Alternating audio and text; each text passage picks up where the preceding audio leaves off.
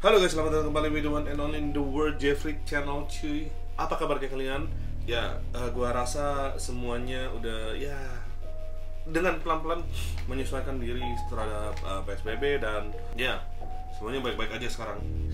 Oke, kali ini gue mau menceritakan kronologi pembunuhan di apartemen. Sebenarnya kalau gue bilang ini bukan pembunuhan apartemen Kalibata City ya. Jadi sebenarnya ini pembunuhannya ini terjadi di apartemen Pasar Baru Mansion cuy.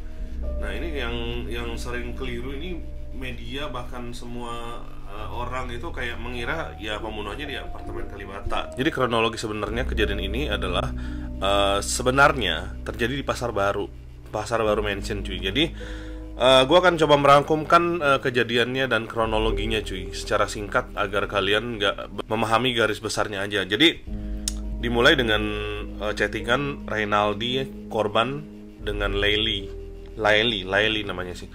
Laili ini ya. Jadi tanggal 5 September itu mereka chattingan melalui Tinder cuy. Nah, konon kabarnya katanya si Laili sama Reynaldi ini udah setahun kenal di Tinder cuy. Tapi mungkin ya namanya mungkin orang sibuk dan mungkin baru sempat lagi ya, atau memang kalau Tinder itu kan memang mutar terus datanya. Jadi lu bakal match sama siapa, lu chat sama siapa ya beda-beda juga kan. Pasti lu ada chat dengan orang lain juga gitu loh. Jadi si Reynaldi ini baru chat sama Laili lagi itu setelah setahun itu kosong, vakum mungkin ya, tanggal 5 September. Tapi ada juga yang bilang mereka itu udah deket selama setahun itu, jadi kontak intens gitu. Nah, gue nggak tahu yang mana yang bener. Jadi kalau menurut keterangan polisi yang gue tonton di rekonstruksinya, itu polisi menyatakan kalau Tindernya itu mungkin baru dibuka lagi. Jadi memang pas dibuka lagi itu udah ada data-data message macam itu kan nggak kehapus. Selama beberapa hari setelah chatting tanggal 5 September, akhirnya 9 September mereka memutuskan untuk bertemu di Kopi Kenangan di Juanda cuy. Tanggal 9 September. Jadi setelah itu mereka pada pukul 19.30 mereka ke apartemen Pasar Baru Mansion ini. Si Laili dan Jumadil adalah tersangka, yang satu lagi adalah suaminya Laili, entah suami entah pacar. Mereka udah mempersiapkan dengan Jumadil bersembunyi di dalam kamar mandi apartemen Pasar Baru ini dengan batu bata, udah siap-siap dengan gunting cuy. Jadi mereka intinya si Laili sama Reynaldi ini si korban 19.30 berangkat ke apartemen, lalu ya lu tahu kan week. Jadi memang tujuan utamanya memang sudah ke arah sana sih cuy. Kalau gue bilang, jadi lagi week begitu si Reynaldi lagi di atasnya Laili, tiba-tiba si Jumadil ini sekonyong-konyong datang dari kamar mandi lalu menyerang dengan batu bata dan dengan alasan lu lagi berhubungan dengan istri gua gitu. Nah, disitulah terjadi pemerasan cuy. Jadi si Jumadil ini memeras, mana uang lu. Nah si Reynaldi nggak ngasih uangnya. Terus Reynaldi ini juga sempat melawan cuy. Jadi diminta pin HP-nya segala macam. Nah si Laili yang tadinya di bawah tiba-tiba langsung lari ke kamar mandi ngumpet. Setelah itu Reynaldi mencoba meloloskan diri dari si Jumadil ini.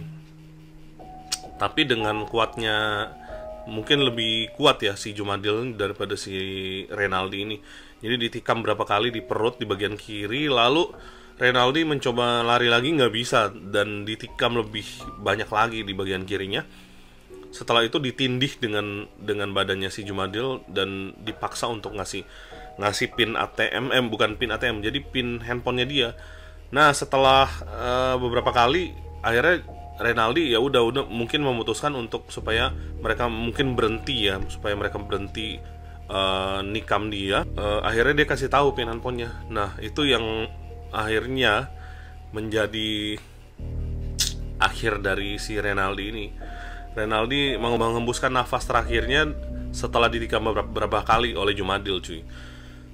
Nah selanjutnya mereka bersiap-siap untuk mayatnya ditaruh di kamar mandi, lalu mereka itu berdua membeli alat-alat untuk memotong cuy. Sementara jenazah dari Reynaldi ini disembunyiin di dalam kamar mandi cuy, masih di apartemen Pasar Baru, dan mereka ke Pasar Minggu untuk membeli alat-alat mutilasi.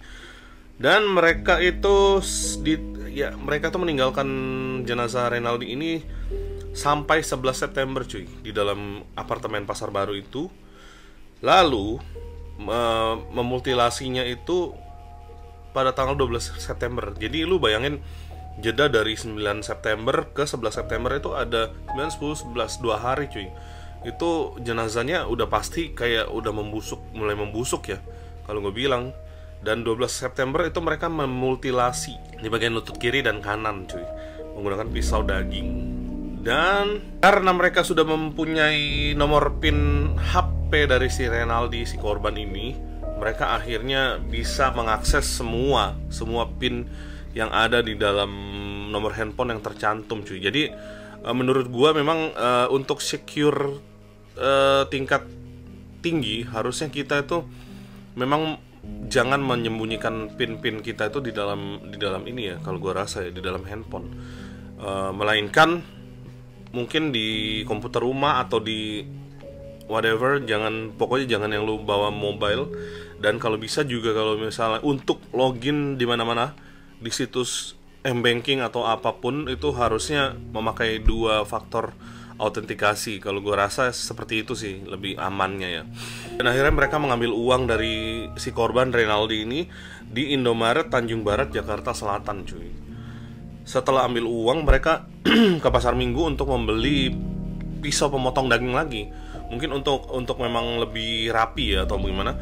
Dan katanya mereka tuh sudah memesan kamar di Tower Ebony, apartemen Kalibata City cuy.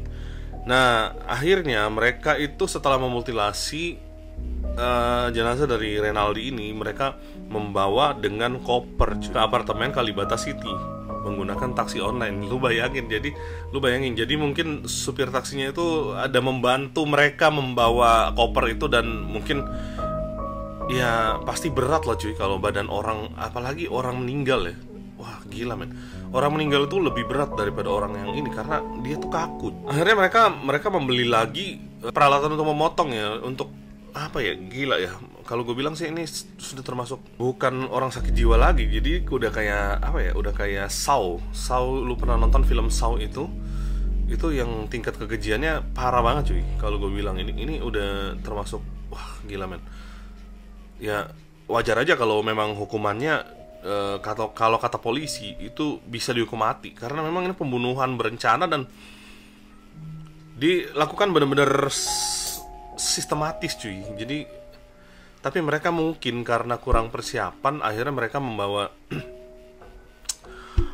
di Kalibata City itu akhirnya terbongkar di situ, di apartemen itu. Dan kabarnya mereka sempat membeli motor NX cuy seharga 20 juta dengan uang Renaldi ini. Jadi memang kalau gue bilang ini motifnya benar-benar uang dan uang ini.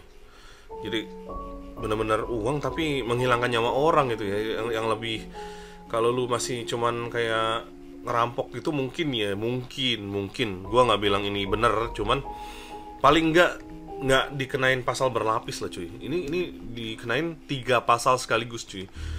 Jadi pasal pembunuhan, perampokan, dan gue lupa yang satu lagi ya. Yang satu lagi gue lupa, jujur.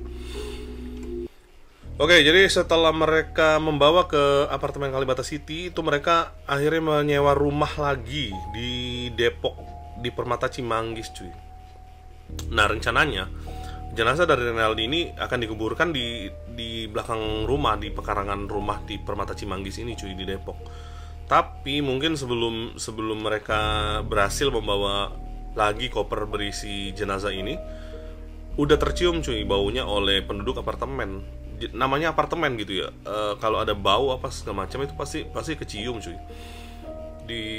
Ya orang masak aja bisa kecium kan kalau apartemen kan. Jenazah ini mungkin karena udah berapa hari gitu ya, jadi memang pasti busuk gitu ya. Dan di apartemen itu akhirnya banyak yang komplain dan akhirnya mungkin mayatnya itu sempat diketemuin. Gua juga nggak tahu kronologi pastinya. Dan anehnya itu mereka disekapnya di perumahan Permata Cimanggis cuy, di Depok ini.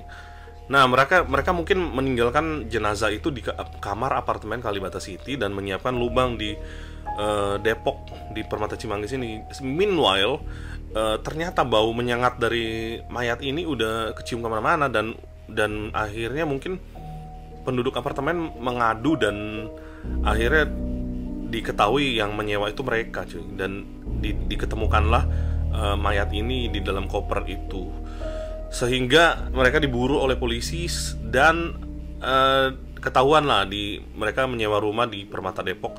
Nah, untuk ketahuannya ini sendiri polisi enggan memberitahukan, karena itu memang ada trik-trik khusus dari kepolisian, cuy. Jadi pak polisinya juga waktu diwawancarai oleh pembawa acaranya, pembaca beritanya itu enggan memberitahu. Jadi memang trik khusus dari polisi ini kita nggak bisa tahu, cuy, karena mereka memang ya rahasia. Kalau dibeberin ya pasti takutnya kan pelaku kejahatan udah nggak ada lagi insight yang tersembunyi dari polisi kan, dan mereka bisa dengan leluasa mengakali itu, cuy. Akhirnya mereka disekap, bukan disekap ya, kayak digerebek lah, dikepung di Permata Cimanggis ini, dan mereka mencoba kabur dari genteng, tapi sayangnya polisi udah mengepung tempat itu, cuy. Akhirnya mereka pasrah dan menyerahkan diri, sehingga dilakukan rekonstruksi lagi, dan akhirnya mayat jenazah dari Renaldi ini dikuburkan pada tanggal 21 September, cuy. Jadi ini peristiwa baru banget, cuy. Masih fresh banget, baru minggu lalu, cuy. Jadi terjadinya tuh masih bulan September bulan ini, cuy. Jadi ya masih fresh banget. Ya, pesan dari yang kita dapat tangkap ya, itu jangan langsung percaya terhadap orang yang dikenal online, cuy. Pokoknya kita nggak tahu ya di balik mereka tuh apa sih motifnya, orang yang di balik handphone di seberang sana itu siapa sih, kita nggak bisa tahu, cuy. Dan ada juga memang peristiwa Tinder yang baru-baru ini yang menimpa juga seorang teenager di daerah Inggris, dan bertemu chattingannya itu di Auckland, cuy. Tapi gue nggak akan membahas itu di sini. Mungkin lain kali gue akan pelajari dulu studi kasusnya, lalu gue akan bahas di sini. Oke, sekian dulu gue rasa penjabaran dari gue tentang kronologi mutilasi Renaldi ini. Kalau misalnya ada yang kurang, kalian boleh tambahkan di kolom komentar. Nanti mungkin akan gue review lagi.